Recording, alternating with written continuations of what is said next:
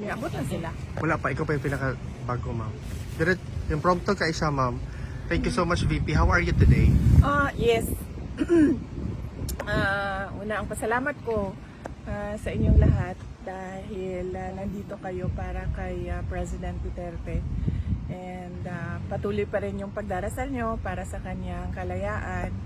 At patuloy pa rin yung pagpapakita ninyo ng suporta sa kanyang kalagayan ngayon.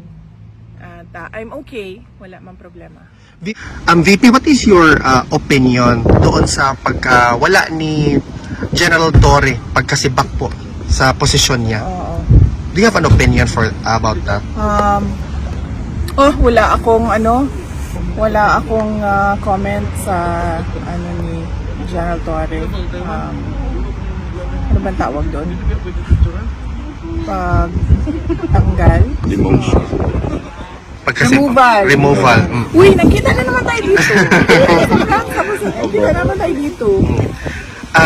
Okay ko siya? Hey, ma'am.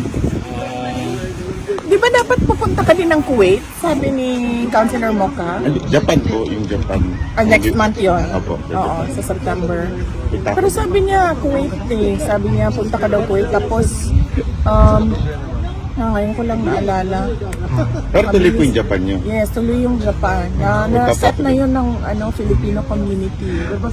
VP, on another question, Yes. what is your opinion doon sa sinasabi nilang extradition daw ni Pastor Apollo Kibuloy and Senator Risa Hontiveros already made a statement na dapat mag-cooperate daw yung Philippines?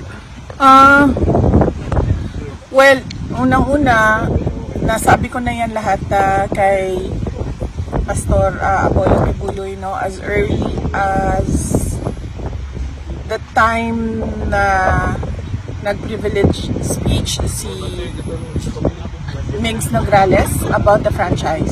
So pumunta ako kay Pastor Apollo Kibuloy, and then sinabi ko sa kanya yung nakuha namin sa loob ng House of Representatives. So the plan noon was a franchise first, and then next is local cases para mahuli siya, and then dismiss the local cases, and then turn him over to the United States government for extradition. So alam yan lahat ni Pastor Apollo Kibuloy as early as the time, the moment na nag-privilege speech si Migs Nograles. Ma'am, do you think karma yung nangyari kay Torres since siya yung dahilan kung bakit napunta dito si RD at saka si Pastor Kibuloy nakulong din? Sa tingin nyo, part ng karma sa kanya yun? Hindi ko kasi masabi kung karma ba yun o hindi kasi Diyos lang naman kasi talaga ang makakapagsabi, no, kung ano yung karapat-dapat para sa isang tao. So siguro part lang yun ng journey niya sa buhay niya. Sometimes nandoon ka sa taas, and then 85 days later nandoon ka sa baba. Ganun. Ma'am, okay na. Yes. Ma'am, Sir. malaking issue po ngayon ang korupsyon sa bansa, lalo na ang pangingialam ng mga congressman sa pundo. Kung kayo po ang tatanungin, ano po ang dapat gawin upang maputol po ang ganitong kalakaran at maramdaman ng mga Pilipino na nagagamit ng tama ang budget?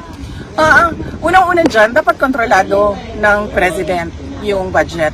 Dapat kung ano yung lumalabas sa budgeting system from the Regional Development Councils, paakyat sa National Development Council, paakyat sa cabinet level, at kung ano yung napag-usapan based on development plans, yun ang nasusunod.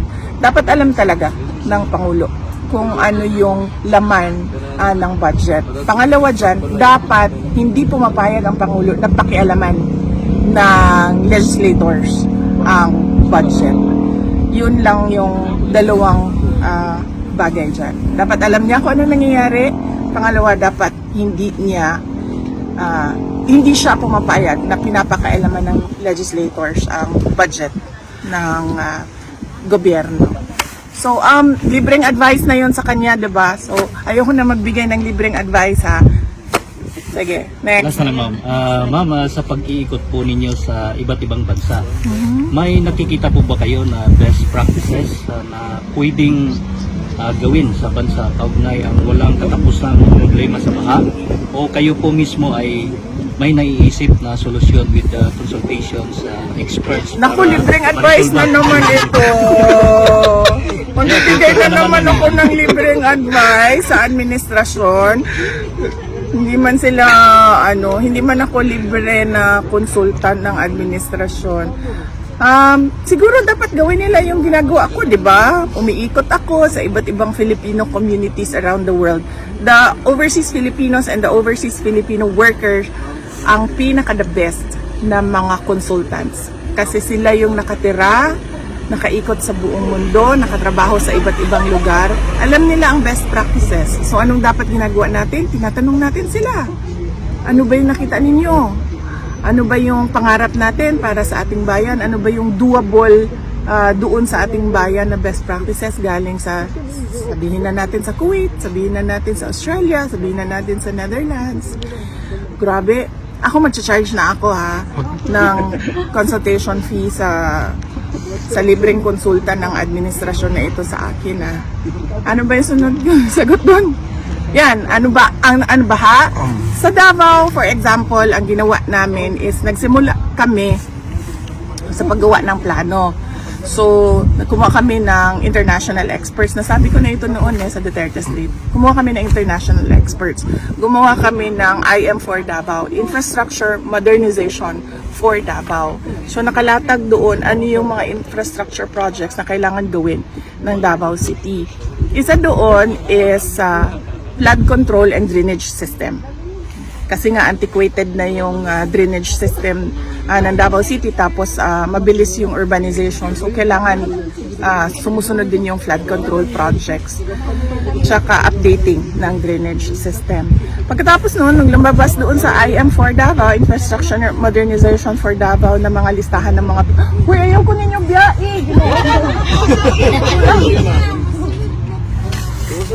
Last question. Yes. Last question.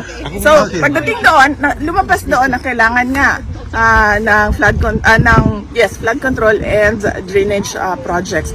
So since hindi naman namin alam pa kung ano yun, gumawa na naman kami ng isa pang plano. Out of that big master plan, meron kaming maliit na plano doon, nakalagay na doon, nakalatag na doon. Ano yung mga kailangan gawin ng Davao City na mga projects para makontrol yung baha at maayos yung drainage system. Ang problema lang, sinabi ko na rin ito dati, andyan yung plano namin pero walang interest yung gobyerno, yung national government through the DPWH na fundingan, na bigyan ng pondo yung mga projects. At hindi ito biased kasi hindi naman kami ang gumawa nito Kumuha kami ng consultants, international experts to help us make that plan based on their experiences. Yes. Magkano singil per hour ng consultant ng administration na ito? Magkano mga consultants nila doon? Milyon-milyon yan, di ba? Sabihin nyo sa kanya,